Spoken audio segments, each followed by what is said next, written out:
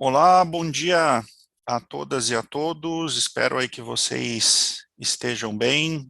Bem-vindos a mais uma reunião da Comissão Anticorrupção e Compliance do IBRADEMP. O nosso tema de hoje é ciências comportamentais e programas de compliance.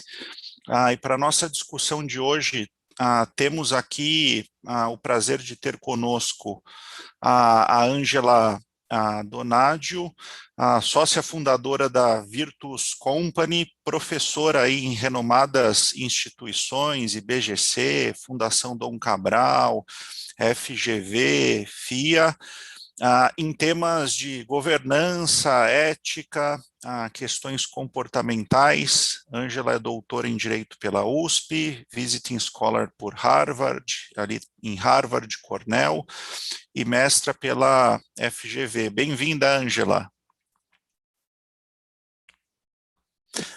Temos também aqui o Renato. Obrigada. Legal, bem-vinda. Temos também o Renato Capanema, funcionário de carreira da CGU, coordenou aí o Proética por mais de 6 anos, trabalhou na regulamentação e implementação da lei anticorrupção. E o Renato é um dos coautores do livro Muitos, como as ciências comportamentais podem tornar os programas de compliance mais efetivos. Tive o prazer aí de comentar esse livro. Conheço o Renato de longa data, lembro como se fosse hoje, Renato, a audiência pública do então PL 6826, que virou a Lei 12846 aqui em São Paulo, uma tarde fria, como temos essa época agora, né? Eu lembro que na audiência pública, só nós dois lá na plateia, né, acompanhando as discussões do então PL, né? Bem-vindo também, Renato. A gente tem muita coisa para falar aqui hoje, então vamos passar aí logo para a discussão. Renato, até o seu livro aqui, né, o Muitos, né, quando eu trouxe essa discussão, né, com o Bruno e com o Giovanni, vamos tratar desse tema, né? Eu lembro que o Giovanni perguntou para mim, o que é isso, né? O que são os muitos aí? Eu falei, Giovanni, tem que ler o livro, né? Difícil contar assim de uma forma resumida. E já estão aqui, algumas pessoas estão mandando aqui já no WhatsApp, né? O que são os muitos? Então, Renato, se você puder contar um pouco da sua pesquisa, o que são os muitos e quando que sai o livro, Renato? Renato, eu ainda sacaneei o Carlos. Eu falei, você deve ter copiado e colado e mandou errado o título. Teve de tudo aqui. Pessoal, bom dia. Bom dia, Carlos, Bruno, Giovanni, Ângela. É um prazer participar da reunião do IBRADEMP para falar de um tema que não é tão novo, né? Porque as ciências comportamentais já estão aí há algum tempo influenciando em diversas áreas, e o compliance também já não está tão novo, né? Dado que mesmo antes da lei anticorrupção a gente já falava, o Proética já era um insight importante, outros países já tinham legislações, algumas empresas já tinham programas, né? Mas essa junção entre o compliance e as ciências comportamentais é relativamente nova, né? A gente não tem tanta literatura sobre isso. E antes até de responder as perguntas, somente sobre o Muitos, queria falar rapidamente como é que foi essa construção do livro, né? Eu trabalhei durante bastante tempo com o compliance, seja do ponto de vista de criar regras ou pensar regras sobre como eles deveriam estar estruturados, seja tentando me colocar na visão de uma empresa ou de um órgão público, né, para implementar aquilo de uma forma efetiva. E confesso que sempre foi algo que me inquietou, que me incomodou, e eu tinha poucas respostas para isso, uma percepção que eu tinha de que o programa de compliance ou a visão tradicional sobre o programa de compliance, na minha visão, ela impunha muitos custos de diversas ordens ou limitações ou obstáculos a uma série de pessoas que, na minha visão, não precisavam daquilo, para fazer as coisas de forma correta, e no limite essas pessoas eram, inclusive, na minha visão, atrapalhadas no dia a dia pelo programa, ou pela ideia do programa. E, por outro lado, eu tinha uma percepção, de novo, nada é empírico, uma percepção de quem estava trabalhando com o tema, de que aquelas pessoas que, de fato, estavam ali à espreita, procurando fazer algo errado, o programa não conseguia as impedir de fazer algo errado. Então, eu tinha essa percepção, de novo, não empírica, mas de trabalhar na área, de que o programa, em simples palavras, atrapalhava uns e não pegava outros, né? O que pode ser o pior dos mundos, vamos colocar assim, né? E aí, conheci, em 2018, dois dos coautores, na verdade, os 3 outros coautores do livro, o Carlos Mauro, Gabriel e Tânia, que são pessoas que já trabalham com ciências comportamentais, são pesquisadores acadêmicos da área, e que vinham, o que eles falavam à época era música para os meus ouvidos, porque eles traziam, de alguma forma, experimentos, ideias, uma teoria que ela batia muito com essa percepção não empírica de quem estava ali no dia a dia trabalhando com o tema. Então, já tentando ir para o objetivo do livro e para a definição, tá? A tese central do livro, para resumir, é que os programas hoje eles são muito focados nos poucos. Poucos e muitos são acrônimos que nós criamos, né, didaticamente, ou seja, cada uma das letras ela tem um significado, ok? Então, a tese é que o programa é muito focado nos poucos e a gente convida as pessoas a olharem mais para os muitos, ok? Quem são os poucos, quem são os muitos? Os poucos são aquele perfil de pessoa P, com pouca ou nenhuma motivação intrínseca para fazer o correto, ou seja, aquela pessoa que ela não vai estar guiada para fazer o correto por uma bússola moral ou por algum tipo de processo de empatia ou algum dever, algo que venha de dentro, inerente a ela. Ela precisa necessariamente de incentivos externos ou extrínsecos para fazer algo correto, ok? Dos poucos, oportunistas sempre ou quase sempre, ou seja, independente do ambiente, essas pessoas, ao encontrar uma oportunidade, vão fazer algo errado, ok? Dos poucos, usam todas as brechas que aparecem, ou seja, eles estão ali sempre atentos a toda e qualquer brecha que possa aparecer e eles vão usar isso ao seu favor, porque eles são calculistas, que aí vem o C, ou seja, aquele tipo de pessoa que a todo momento está fazendo análise de custo-benefício sobre fazer ou não errado, para e pensa, olha, se os benefícios são maiores que os custos, então sim, eu vou fazer algo errado. Eles calculam a todo instante antes de fazer algo, né? E se esse cálculo é positivo, eles vão fazer necessariamente. Eles têm atenção, e essa é a tese, toda a atenção dos programas de compliance, ou boa parte da atenção dos programas atuais de compliance, e são pessoas que, dos poucos, sabem que são desonestas e estão bem ok com isso, ok? Eu não sei se são aquelas pessoas que à noite jogam dinheiro para cima e dão gargalhadas, a gente não sabe bem se são essas pessoas, mas, enfim, essa é a definição dos poucos, ok? Que, na nossa percepção, são um grande enfoque dos programas, ou de parte dos programas de compliance. E nós temos os muitos, em contraposição. E aí, entrando bem na pergunta do Giovanni, quem são os muitos?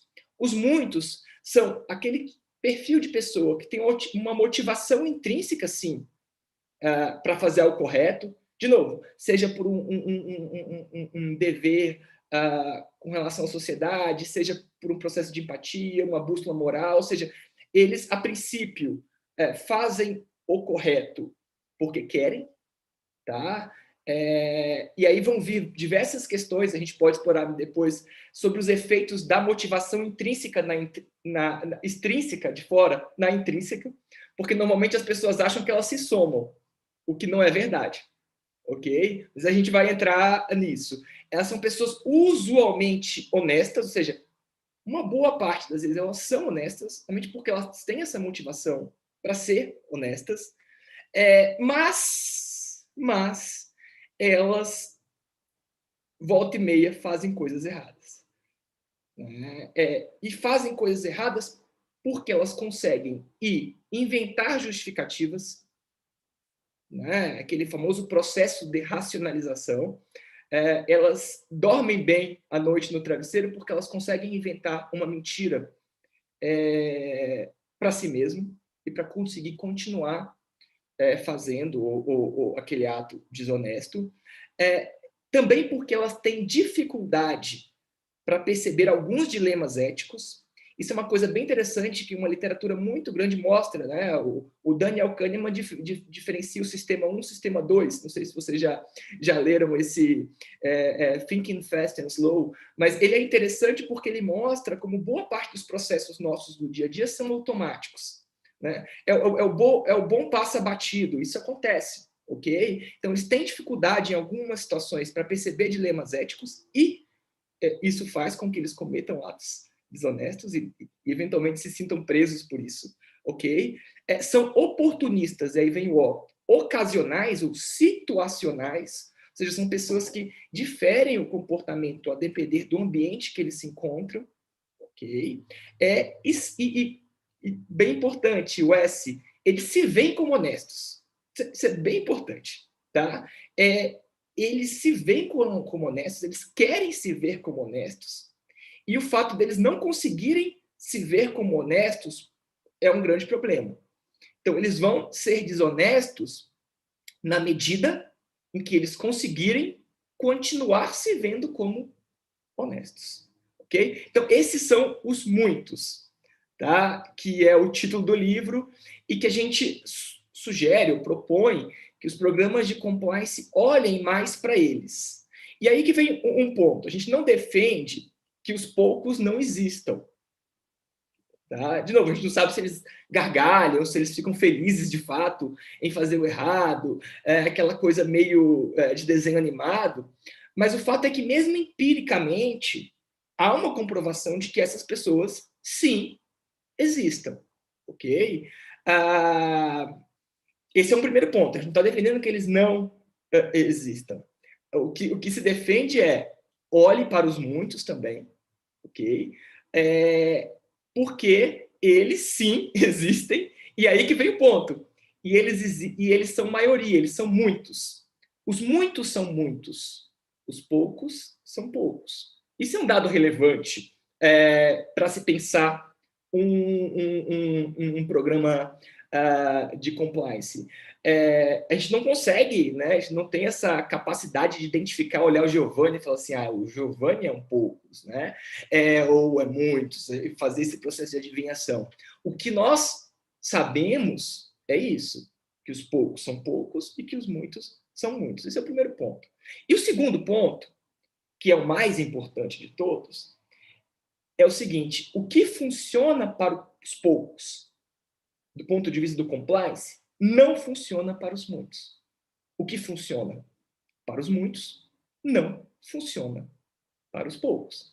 E está aí a equação que uma pessoa que trabalha com compliance teria que, o desafio que ela tem, né, para resolver. E os programas hoje, se a gente for pensar bem, vamos lá, a gente pensa muito em incentivos de fora, né? Tipo, sanção, aumentar a sanção, ou eventualmente dar um incentivo monetário, né? Um prêmio, né?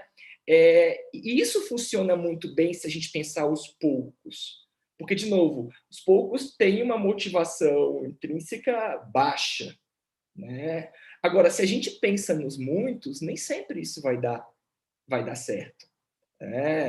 Um experimento, por exemplo, que foi feito em Israel mostrou o efeito. Por exemplo, os pais estavam demorando um pouco para buscar os filhos deles nas creches, tá? E aí, o que eles fizeram lá? Eles colocaram uma multa. Lógico, entenda, os pais queriam buscar os filhos no horário, eles tentavam, né? Vários deles não conseguiam, ok?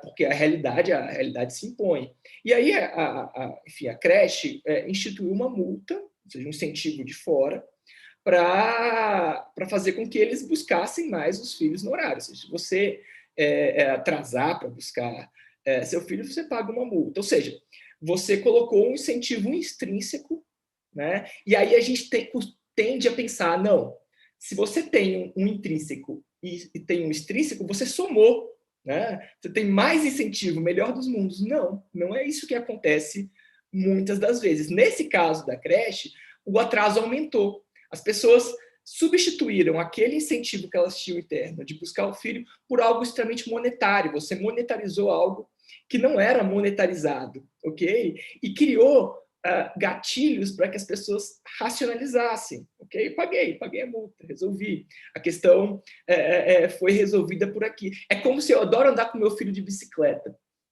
Adoro. É como se viesse no mundo fictício, uma ordem judicial, dizendo, olha, Renato, agora você vai ter que andar com seu filho de bicicleta todos os dias, de 5 às 6 da tarde. Tá? Ou seja, veio esse incentivo de fora para fazer algo em tese bom, né? Para mim, que é andar de bicicleta com meu filho. E eu devo andar, possivelmente, bicicleta todo dia de 5 a 6 durante o período da sentença, sei lá, 3, 4 meses. O fato é, depois que essa sentença perdeu o efeito, possivelmente eu vou andar menos de bicicleta com meu filho do que eu andava antes daquele tipo de intervenção judicial. E aí vem outro ponto, às vezes a motivação extrínseca ela tem que estar sempre sendo... é como se você começasse a dar aquele tipo de incentivo, você tem que continuar. Porque se você cortar, é pior do que você não ter intervindo de primeira ordem. Tá? Então, esse é o tipo de mecanismo que é muito pensado tradicionalmente, de novo, que ele funciona muito bem para os poucos, não funciona tão bem, tem que ser considerado para os muitos. A questão do monitoramento a todo instante, aquela coisa meio Big Brother, né? Ela funciona bem para os poucos que você tem que estar ali, porque eles estão... É quase como se fosse aquele... Já viu aquela coisa lá nos Estados Unidos, aquela velhinha que fica atrás, assim, vendo o pessoal até quando eles vão parar de usar a máquina para ela poder usar e pegar todo o dinheiro, sabe? É como se você estivesse tendo que olhar a todo momento, porque tem sempre alguém ali à espreita para fazer algo errado. De novo, se é algo que, a princípio, está ok para os poucos. Para os muitos, pode criar um sistema de desconfiança, que vai diminuir de novo a motivação intrínseca dela. Que ela já e aí você vai para o contrário, né, Renato? Você vai para o contrário. Eventualmente, sei lá, muito controle. Vai bem na mesma linha. Né? Porque você pensa no controle, por quê? Porque você quer diminuir as brechas. Porque os poucos usam todas as brechas. E, de novo, mas os muitos não. E é engraçado, Renato, que mesmo sem saber o que eram os muitos, eu comecei, aí tipo, a Ângela e eu batemos um papo em separado aqui, a gente estava falando de contexto, né, Ângela? Agora que você ouviu, eu ia te fazer uma pergunta sobre contexto, mas agora que você ouviu muitos, aborda do jeito que você quiser, mas eu ia falar como o contexto influencia um pouco o comportamento. Mas vai daí, depois a gente vai para cima das perguntas. E de fato, o que acontece? A gente parte de uma visão, e assim, no mundo polarizado, isso até se reforça, né? Daquela coisa do bom e do ruim, do companheiro e não companheiro, cidadão do bem, não cidadão do bem, sem querer aprofundar muito em política. Mas, assim, você tem uma visão um pouco estereotipada das pessoas, sendo que, de fato, os muitos, e aí eu já de antemão me incluo nesse grupo, eles são situacionais, ou seja, eles respondem muito, assim, na mesma semana, às vezes, a gente vai, aqui em Brasília tem uma feira que chama Feira do Paraguai, que é, assim, hoje em dia o pessoal nem usa muito, né? Mudou tanto, né? Mas o pessoal costumava muito comprar CD pirata. Então, assim, aí você vai no domingo, compra um CD pirata na Feira do Paraguai, aqui de Brasília, não sei qual seria o correspondente em São Paulo. Aí, no outro dia, você está fazendo uma doação para uma instituição. No outro dia, você está furando uma fila porque você está com pressa. No outro dia, você está, sei lá, dando exemplo para o seu filho e fazendo uma palestra numa instituição religiosa sobre moral. Enfim, o ser humano ele é complexo, ele responde a esses incentivos situacionais, né? Enfim, então você tem toda a razão. E uma outra questão que é muito pensada voltando para esse programa tradicional, que tende a ser focado nos poucos, a gente pensa assim, vamos dar muita informação. Tá? Esse é um outro ponto. Assim, vamos jogar informação. Porque aí, primeiro, com base nessa informação, essas pessoas que são calculistas, elas vão ali poder fazer um cálculo de entender que, olha, é melhor não. Né? Ou, no limite, o programa é pensado do tipo assim, eu vou passar toda a informação porque quase como defesa, para ele não dizer que ele não sabia, num processo futuro eventualmente, de responsabilização. É quase como se estivesse jogando tudo para a pessoa não poder usar como desculpa que ela não sabia. E aí que vem uma coisa simples, que parece boba, mas que a gente se esquece. O ser humano tem uma atenção limitada.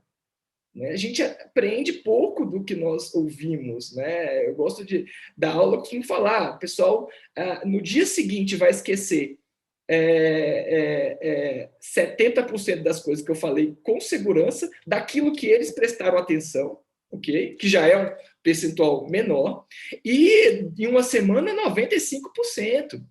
Tanto que no final das aulas eu tento falar assim, eu quero fechar com vocês com esses 5%. Que eu queria que vocês me lembrassem. Oi. Vamos ouvir. Você trouxe uma quantidade de informação super relevante, mas eu estou curiosíssimo para saber o que a Ângela tem, qual que é a sua visão, Ângela, a respeito desses diversos aspectos, né? E o ponto é, até no que trouxe o Renato, né, com relação aos muitos aí, um aspecto é da honestidade, né? O ponto para endereçar essas pessoas é focar, né, que se ele ou ela faz alguma coisa errada, essa não seria uma pessoa honesta. Como lidar com esse grupo, Ângela? São questões cruciais que o Renato colocou, e acho que é um bom ponto de partida, todos nós entendermos que toda essa ciência da ética comportamental, da psicologia comportamental e economia comportamental, elas mostram para a gente que a maioria de nós acredita que pessoas com bons valores, com boa formação, com uma boa família, vão se comportar eticamente o tempo todo. E toda essa área, por meio de centenas de pesquisas, já há muitos anos, vem mostrando que nós somos extremamente flexíveis, extremamente maleáveis. É o que o Renato colocou, né? A depender do dia da semana, de como a gente acorda, do que acontece, nós somos flexíveis ao extremo ao nosso ambiente. Então, e uma outra questão bastante importante é a seguinte, nós criamos isso na nossa mente, que um dilema ético vai aparecer assim, na jornada da nossa vida, com um letreiro, piscando, e, na verdade, dilemas éticos aparecem na nossa vida o tempo todo, e a gente tem que refletir sobre eles, e a maioria das vezes a gente não consegue refletir sobre eles por conta de diversos aspectos, e acaba tomando decisões. Algumas dessas decisões têm consequências negativas e geram externalidades para diversas pessoas, para a nossa família, para a nossa sociedade, para a nossa empresa, para os nossos fornecedores, comunidade, meio ambiente, etc. Então,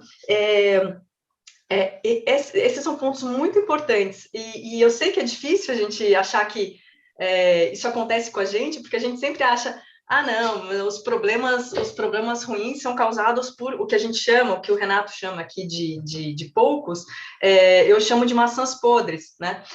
Então, porque lá fora, né, tem uma literatura muito grande que fala, there were just a few bad apples, né? Então, só tem poucas maçãs podres que foram causadoras desses grandes problemas. E o que a gente vê é que os grandes problemas de corrupção, de meio ambiente, de fraudes, enfim, problemas de direitos humanos, etc., todos que envolvem ética e compliance, não são causados apenas por poucas maçãs podres. É claro que elas existem, mas elas são uma parcela muito pequena da população. A gente pode falar aí sociopatas, que são 1%, e etc., mas poucas pessoas.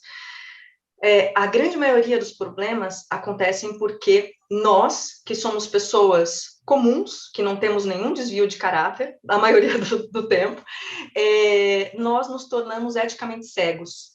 E o que interfere nessa nossa capacidade de percepção? São 3 camadas de pressão do contexto, claro. Então, existe o contexto imediato. Nesse contexto imediato, a gente tem, por exemplo, a pressão de líderes autoritários, né? Então, quando a gente tem uma autoridade, a nossa moralidade se desfaz. Quando a gente tem um chefe falando, faça algo, a gente acaba fazendo, muitas vezes a gente nem sabe por quê, a gente não questiona. Nós somos socializados, isso é fruto da nossa evolução, né? Por milhares de anos, nós fomos socializados a obedecer à autoridade, a obedecer ao pai e à mãe, a obedecer à autoridade religiosa, enfim, e ao mesmo tempo que nós somos socializados, nós também nos sentimos bem em sermos benquistos por agradar, né? Então, é algo que também nos faz bem. Então, por exemplo, a pressão da autoridade, ou a pressão dos pares, muitas vezes é muito forte. A gente precisa usar a pressão dos pares, que é muito forte, em consonância aos programas de compliance, né? E não ao contrário, que é o que acontece em geral. A gente tem, por exemplo, um outro nível de contexto, que é o contexto organizacional. Não adianta a gente ter um belíssimo programa de compliance, com treinamentos, com KPIs, etc., se nós temos, por exemplo, lideranças que incentivam metas irrealistas. Se as pessoas têm uma pressão absurda para chegar a uma meta, para atingir aquela meta. Porque, qual que é o problema? As pessoas, a maioria delas, algumas vão sair, porque sabem que essas metas não são atingíveis, a não ser que elas firam com os valores delas, então algumas saem. Mas a maioria vai cumprir com isso, porque, enfim, por uma série de fatores, e racionaliza isso, eu estou fazendo isso pela minha empresa, estou fazendo isso pela minha família, eu preciso pagar contas, etc. Vai fazer isso, e as metas vão ser atingidas, esse é o problema, e vão ser atingidas a um custo alto, que é, muitas vezes, ilegal. Tem o caso recente do Wells Fargo, que foi em 2017, um grandíssimo banco norte-americano, que tinha metas de abertura de contas semanais, e as poucas pessoas que contrariavam essas lideranças acabavam saindo, as que não contrariavam ficavam, e guess what? Adivinha, atingiam as metas. Foram criadas, depois de pouco tempo, 3.500.000 contas falsas pelos gerentes. Nos Estados Unidos inteiro, em mais de 6.000 agências. Quer dizer, isso não foi culpa de algumas poucas maçãs podres. Esse é um sistema corrompido, é um sistema podre. É o que a gente fala de risco do barril. Esse é o risco do barril. Então, a gente tem, por exemplo, que alinhar questões de metas a serem metas autoimpostas, serem metas que as pessoas participem disso, serem metas que elas tenham autonomia para decidir, porque não é algo que seja imposto, e aí sim elas vão ter muito mais uma motivação intrínseca, né, de fazer, e vão sentir muito mais prazer ao fazer e ao cumprir as regras.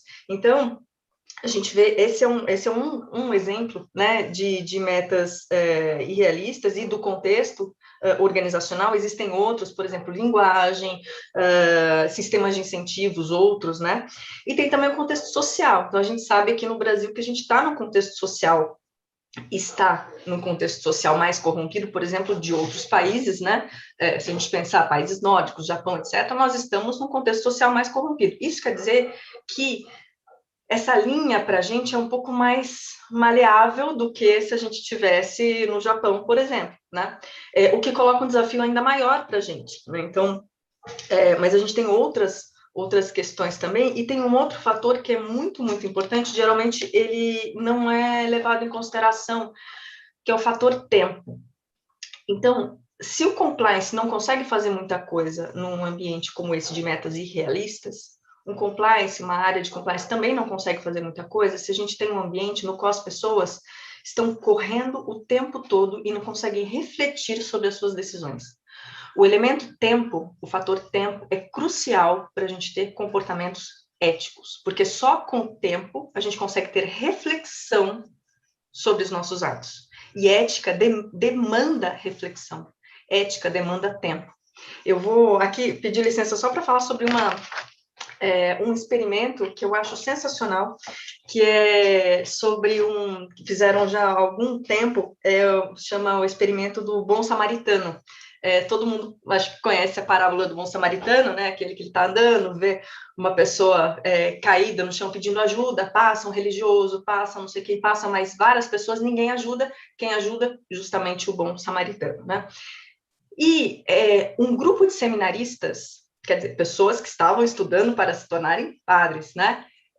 Foram colocados num prédio e falaram assim, os pesquisadores disseram assim, olha, vocês vão ter que dar uma palestra daqui a 1 hora sobre a parábola do bom samaritano, ok?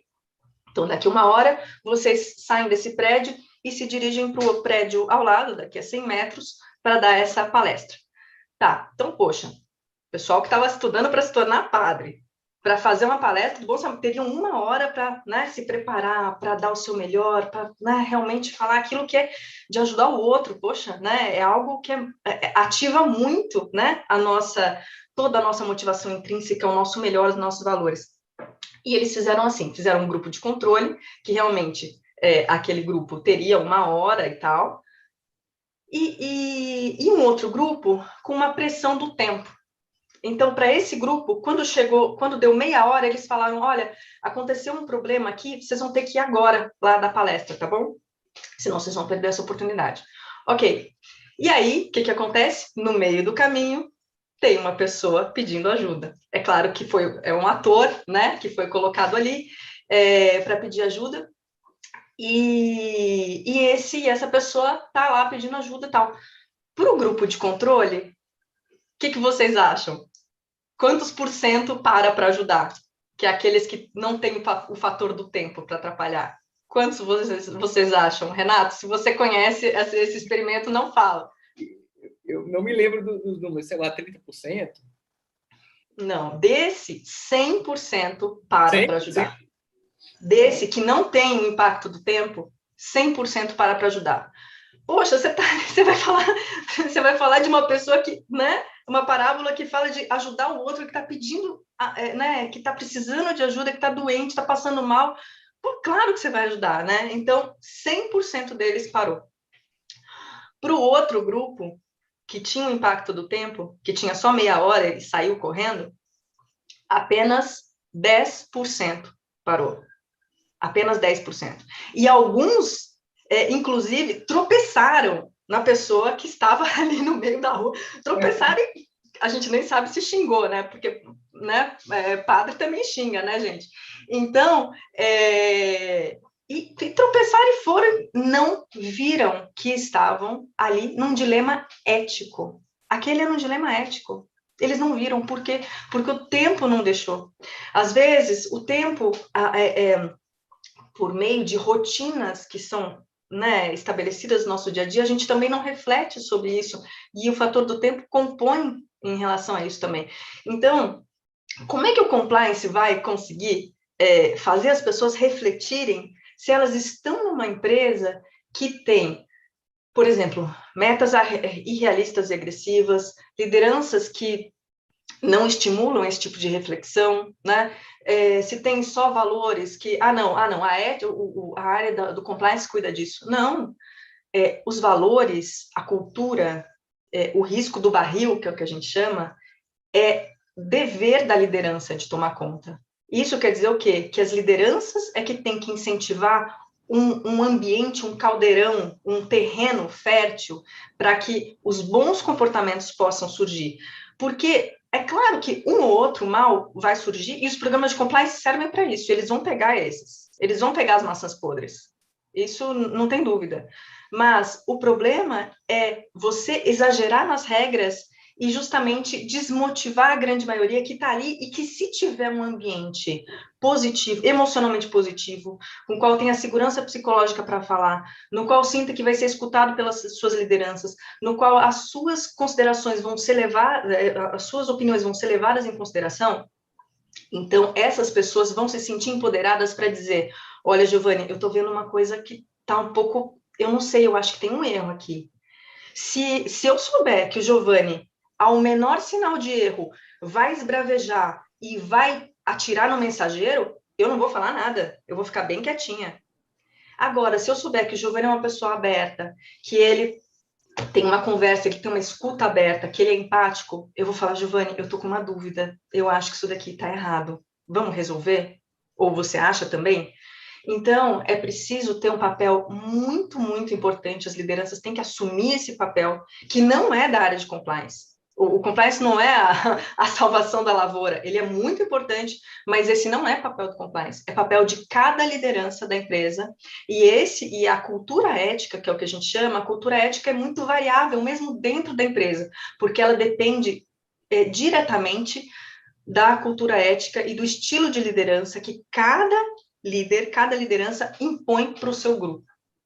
E a grande maioria das decisões hoje são tomadas em grupo, mais de 80%, né? Então, a gente precisa falar de inteligência coletiva, a gente precisa falar de diversidade, a gente precisa falar de inclusão, porque se a gente não falar dessas pessoas se sentirem incluídas e empoderadas para falar, não vai adiantar nada. Vai se imperar esse poder, efeito gravitacional do silêncio, e as pessoas vão continuar sem falar.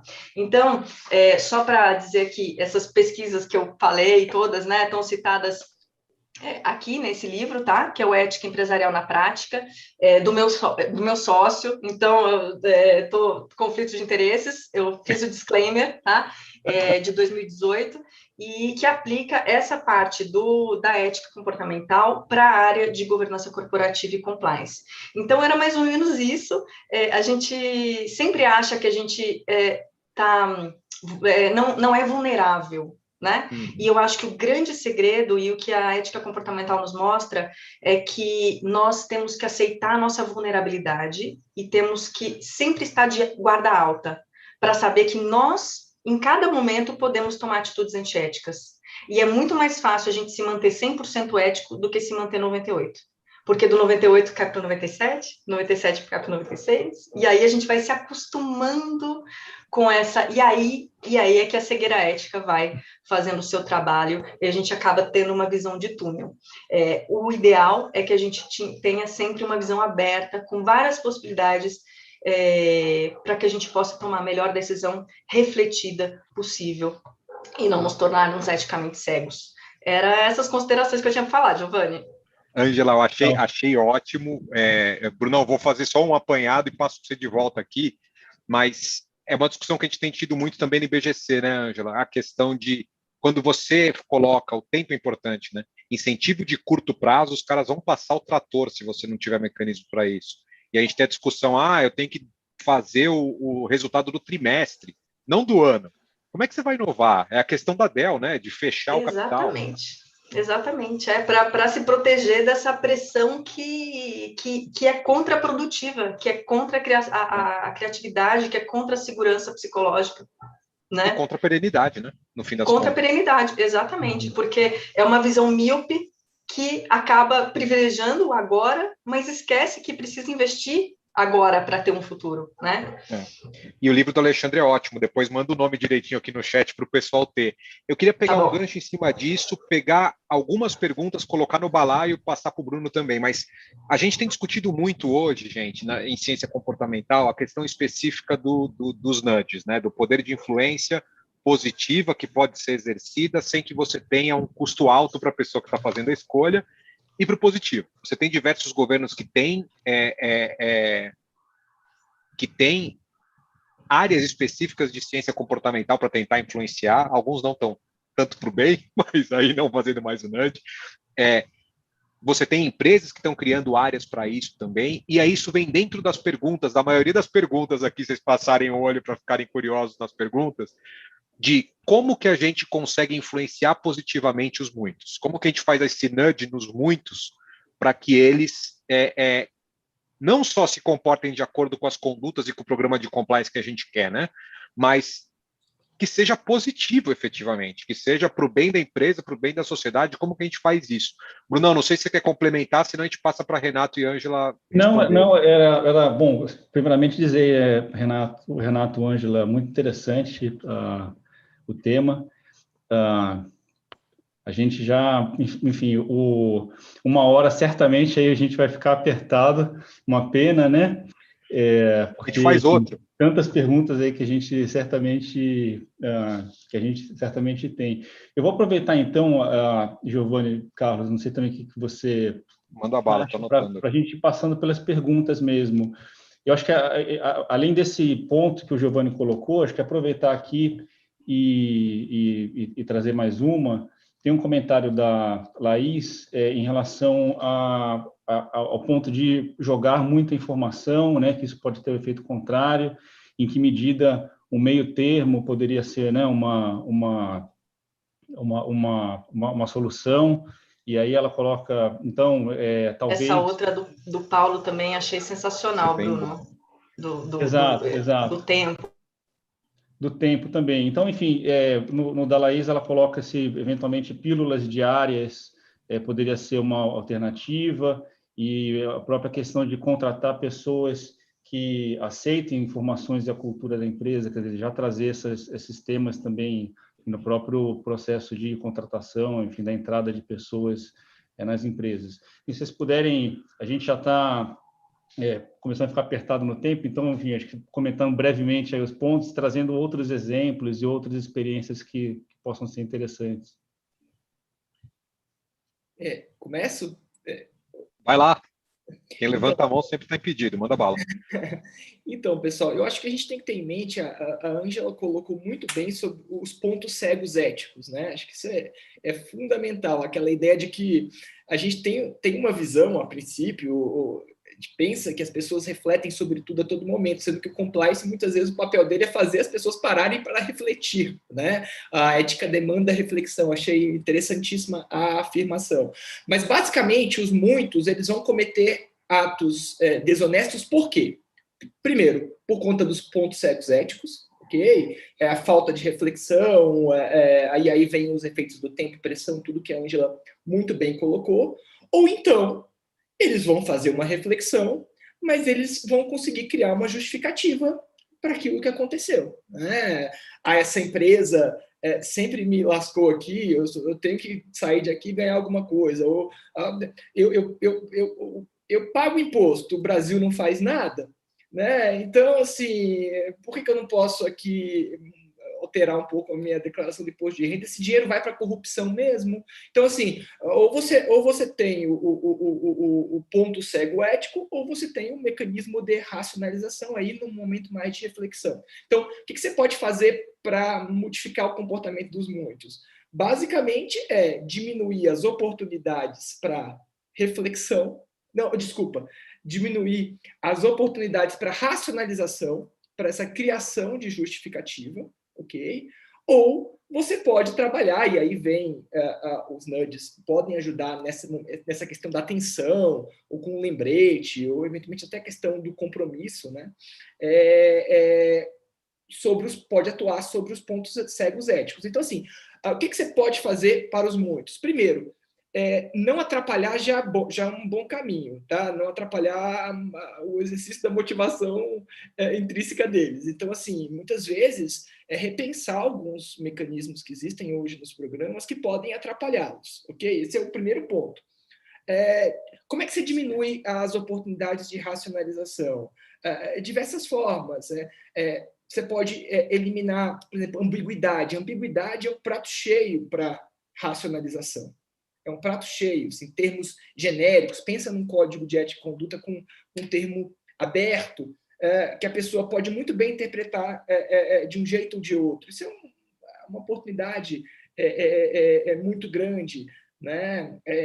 Você, eventualmente, quando cria alguns mecanismos de distanciamento psicológico, né? O Dani Ariely tem um experimento bem interessante que ele substitui. Eu podia até falar sobre ele, eu até estava planejando falar sobre ele, mas o tempo é tão pouco, né? Mas, assim, basicamente, você você substitui o dinheiro por tokens ou algo, como se fosse um intermediário. Aquilo ali faz com que as pessoas consigam justificar melhor o que eles estão fazendo, do que o cenário em que eles têm que pegar o dinheiro para entregar para alguém, entende? Então, você pode diminuir oportunidades de racionalização, e tem diversas formas de se fazer isso. E com relação aos pontos cegos éticos, por exemplo, você pode tentar inserir no contexto situacional da decisão alguns elementos, né, que façam que a pessoa lembre, eventualmente, os valores dela, ou consigam refletir, fazer essa reflexão ética que a Ângela bem colocou. Às vezes é um quadro, uma foto, ou pode ser uma palavra, um lembrete. Tem uns experimentos, por exemplo, pensando em canal de denúncia, tá? Você pode tentar trazer um efeito que se chama priming, no momento do momento que você vai eventualmente decidir por denunciar ou não, né? Então, eu fico pensando no dilema do denunciante até fazer a denúncia, né? Aquela pessoa que começa a suar, ficar pensando em tudo que pode dar errado para ela, e aí ela entra lá no canal finalmente de denúncia e ela vai fazer, mas ela está super com dúvida. Enfim, se você trouxer ali alguns elementos que remetam a uma ideia de justiça para a organização, ok? Existem experimentos que mostram que a chance dela continuar esse processo de denúncia é muito maior se você usar, sei lá, palavras que remetam ao time, lealdade à empresa, que aquilo vai reforçar para ela a questão de... que também entre aspas, correto, pensar de ter algum tipo de corporativismo, ou proteger, ou não expor o nome da empresa, sei lá, alguma coisa que pode vir na cabeça dele que a palavra lealdade chama. Então, assim, o nudge, os nudges podem ser utilizados muito como esse instrumento, né, de lembrar, de remeter, de priming, ou eventualmente uma ideia de compromisso, e é uma coisa que a Ângela bem colocou, né? Nessa situação é como se existissem dois eus, aquele nosso, e isso acontece muito com relação ao treinamento também, aquele que ele consegue refletir, ele consegue pensar, é aquele que está no treinamento, né? E você consegue ver tudo direitinho, você consegue fazer, tal. E o seu eu, naquele momento da tentação, e que ele está envolvido com todos esses aspectos de pressão, de tempo, tal, entendeu? Se você conseguir trazer o seu eu do treinamento para esse momento da pressão e conseguir algum elemento consiga fazer com que você traga esse eu, aquilo já é uma intervenção que pode ser positiva. A gente brinca. O problema dos treinamentos é que a gente está treinando o eu errado. Então, assim, e isso influencia. E, por fim, só para finalizar, a questão da informação, falar bem rápido sobre isso. A questão é muito mais a qualidade da informação do que a quantidade da informação. Isso envolve diversos aspectos. Então, por exemplo, a questão da ambiguidade, eu falei, o excesso, ele prejudica. Então, a gente vê muito código de ética e conduta que repete lei, que joga um monte de, sabe? E que usa assim, usa termos do tipo, olha, você tem que ter um contato probo com a administração, você tem que respeitar todas as leis, as 457.859 leis, que ninguém nem sabe que leis são essas.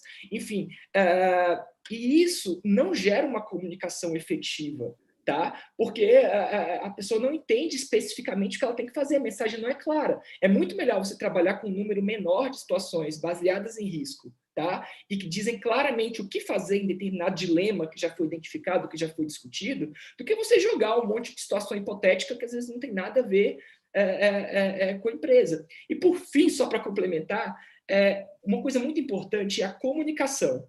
Nem sempre, não só a informação que foi colocada ali, né? Como comunicar o código, como comunicar as regras, isso, do ponto de vista comportamental, é essencial, né? A gente muitas vezes chega para um grupo de pessoas e fala assim, pessoal, ninguém aqui está preenchendo o formulário.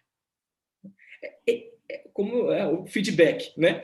Acontece que no momento que você fala ninguém aqui está preenchendo o formulário, você está transmitindo uma coisa que a Ângela bem colocou, e que a gente chama no livro de norma social, que é dos pares, está transmitindo para aquela pessoa a norma social daquele grupo. Ninguém preenche. E ninguém vai preencher mesmo depois desse feedback, ok? Então, o que você tem que fazer, do ponto de vista comportamental, é tentar mostrar ou que você tem, ou que a maioria das pessoas preenche, ok? Ou que existe, quando a maioria das pessoas não preenche, você tenta mostrar uma norma dinâmica, do tipo assim, olha, tantos por cento das pessoas já começaram a pensar, ou já estão se planejando, ou alguma coisa do tipo, mas que mostre para aquela pessoa que você quer atingir, que, na verdade, aquele grupo que você se insere, ele sim ou está preenchendo, né? E muitas vezes é só questão de esclarecer, sei lá, do imposto. Vamos supor que a Receita Federal quisesse pensar em algo para aumentar as declarações de imposto de renda corretas. Você poderia informar que, sei lá, se isso fosse possível, 90% das pessoas... Às vezes a gente se baseia naquele 3 ou 4 das pessoas que a gente sabe que cometeram algum desvio lá no imposto de renda e acha que todo mundo faz isso. Na verdade, pode ocorrer que boa parte das pessoas façam da forma correta. E informar para elas que boa parte das pessoas fazem correto faria toda a diferença para que elas também fizessem. Ou então informar que existe alguma coisa dinâmica. Enfim, tentei ser rápido aqui, mas a questão da informação tem muito a ver com a qualidade, não com a quantidade. Tem que ser claro. Para começo de conversa, a pessoa tem que entender o que tem que fazer. Não, foi ótimo. E Ângela, vou aproveitar, já que você estava com pouca coisa para falar, vou te jogar mais duas. Pegando o teu chapéu de governança, o pessoal citou aqui se a diferença de tipo societário também faz diferença nas pressões que se exercem e se um código deve ser mais principiológico ou se ele deve ser mais direto em cada um dos pontos. Então, além de tudo que você tinha, pega essas duas aí para você. Mais duas. Eu acho que eu vou começar, acho que do Paulo, acho que da questão do Paulo, que foi sensacional, que é a ética não é natural. É natural, sim, Paulo, é natural. A gente tem hoje, nós tivemos por muitos anos uma crença de que nós nascíamos folhas em branco. Né? E todas as pesquisas hoje feitas com bebês muito, muito jovenzinhos, 6 meses, 1 ano no máximo, eles veem que eles gostam mais de um ursinho que faz carinho no outro ursinho, e não no ursinho que bate no outro ursinho. Então, a gente tem uma ética inata, nós temos valores que são inatos, estão no nosso DNA em função de milhares de anos, e não só nós, né, todos os primatas, os grandes primatas somos assim, porque nós evoluímos em grupo. Né? Nós conseguimos sobreviver porque sobrevivemos em grupo.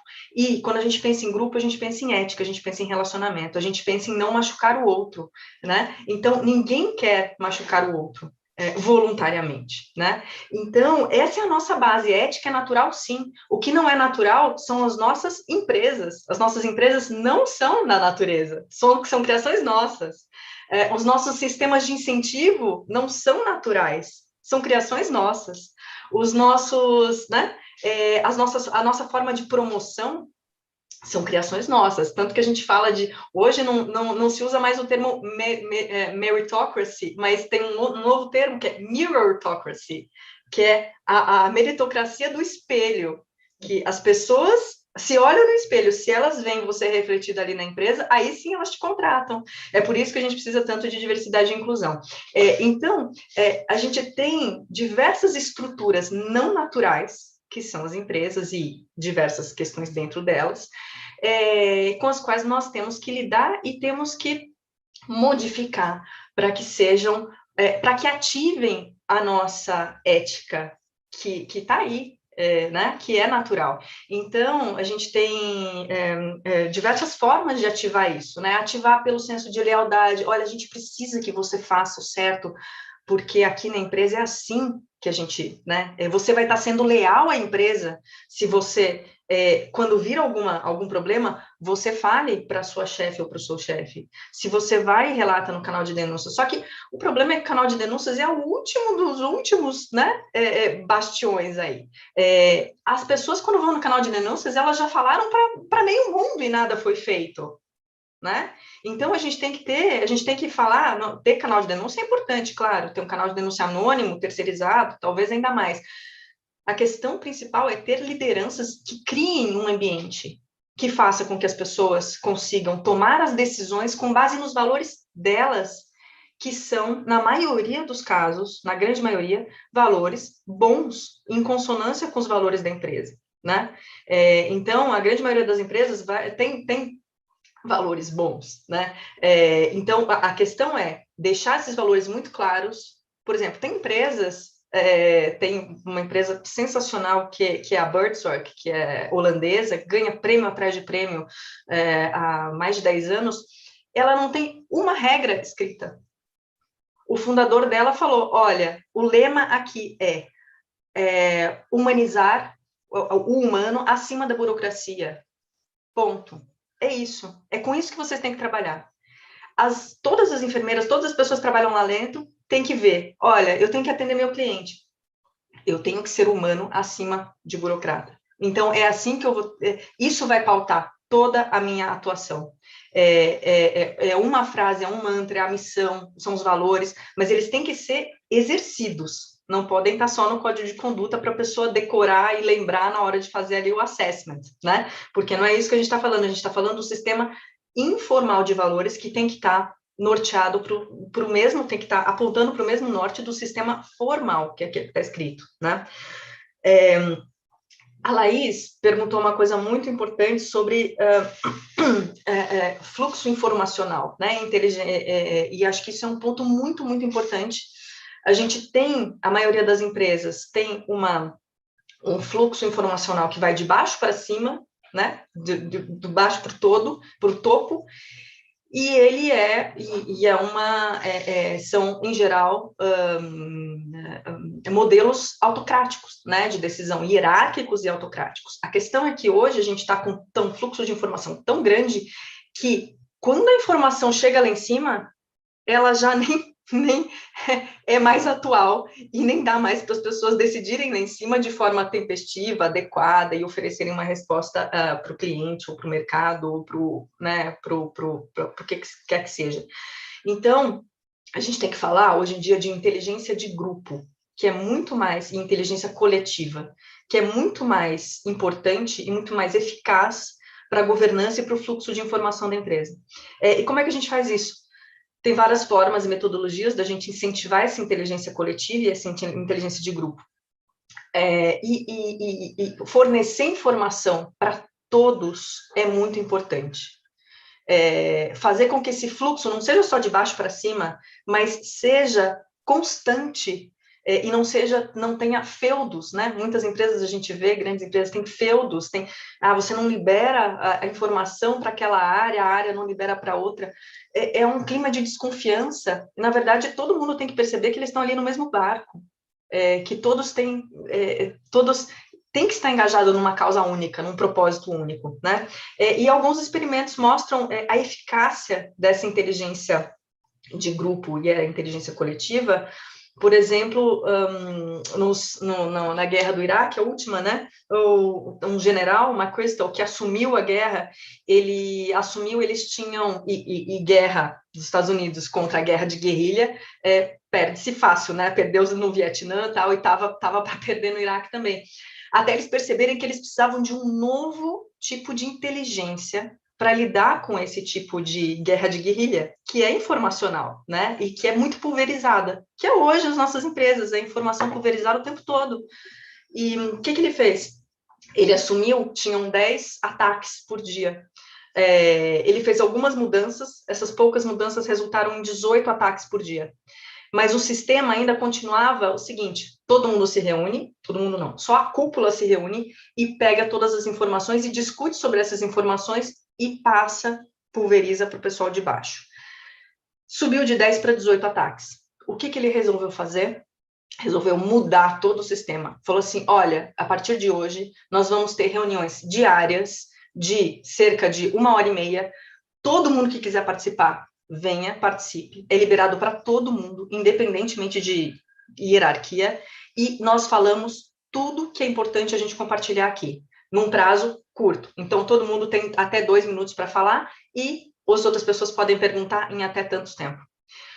Eles conseguiram, e aí cada pessoa utilizava aquelas informações para o seu dia a dia ali na hora que precisava. o número de ataques de 18 passou para 300 por dia com essa mudança. Então, a gente precisa, não é inundar as pessoas com reuniões para passar informação, não é isso.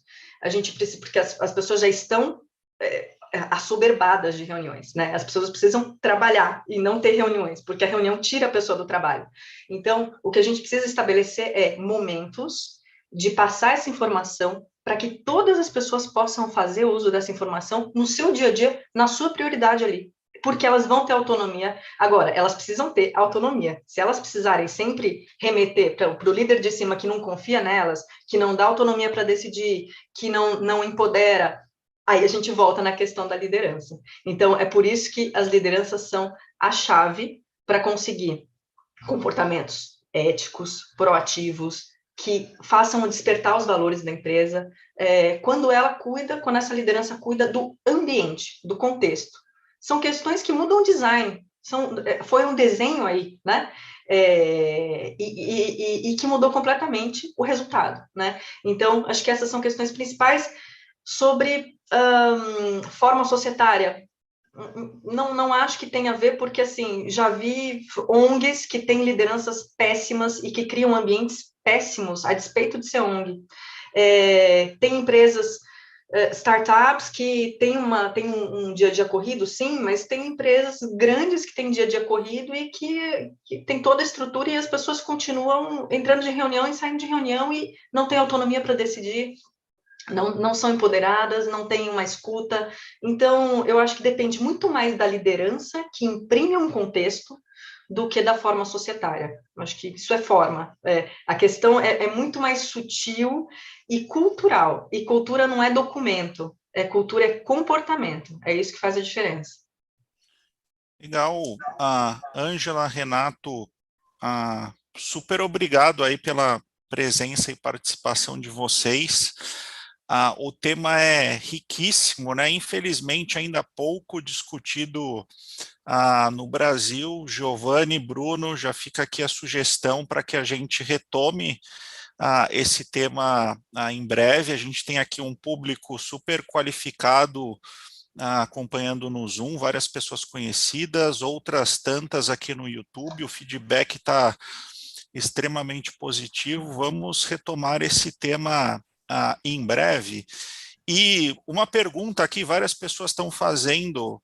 Renato, quando é que sai o livro? Boa, eu ia até pedir para falar sobre isso. Eu esqueci de falar sobre isso, esqueci de perguntar. Foi a primeira coisa que o Giovanni pediu, na verdade, né? Lá atrás. O planejamento nosso para sair o livro é a última semana de junho, agora já, tá? A gente vai fazer uma live, a gente está definindo o dia certinho, mas vai fazer uma live de lançamento do livro. O livro ele vai estar na versão online, né?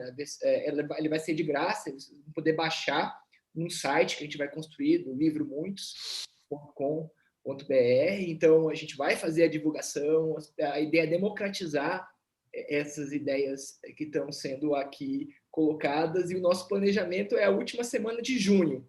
Vamos ver se concretiza, e a gente conta aí com o Ibradem para nos ajudar nessa disseminação e divulgação. Legal, talvez o que a gente possa fazer é, depois que sair o seu livro, a gente dá um tempinho para todo mundo conseguir ler, e depois voltamos para fazer uma nova rodada aí, que aqui no chat, vários comentários, e parabéns, Renato, pela iniciativa aí de até fazer isso de forma pública, de forma a difundir aí o tema. Ângela, também super obrigado, acho que vários insights aí super relevantes, experiência bastante significativa e contribui bastante aí para o tema.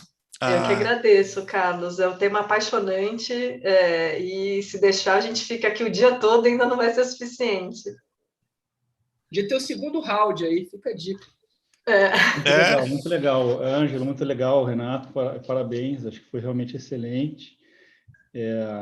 Queria dizer também que eu acho que eu fico especialmente feliz também com a abordagem que o Renato traz, né, sendo não, como o Carlos destacou no início, né, um servidor de carreira da CGU, que acompanhou, participou muito ativamente desde o início, lá antes da lei anticorrupção, enfim, promoção de ambientes éticos de integridade nas empresas, e acho que ajuda também, inclusive, a quebrar um pouco da visão que as pessoas têm de, né, serviço público, CGU, burocracia, que é papel, que é isso, que é aquilo. Não, muito pelo contrário, eu acho que o que esse objetivo é que realmente a cultura de integridade seja difundida e que seja, né, permeada em todos os níveis.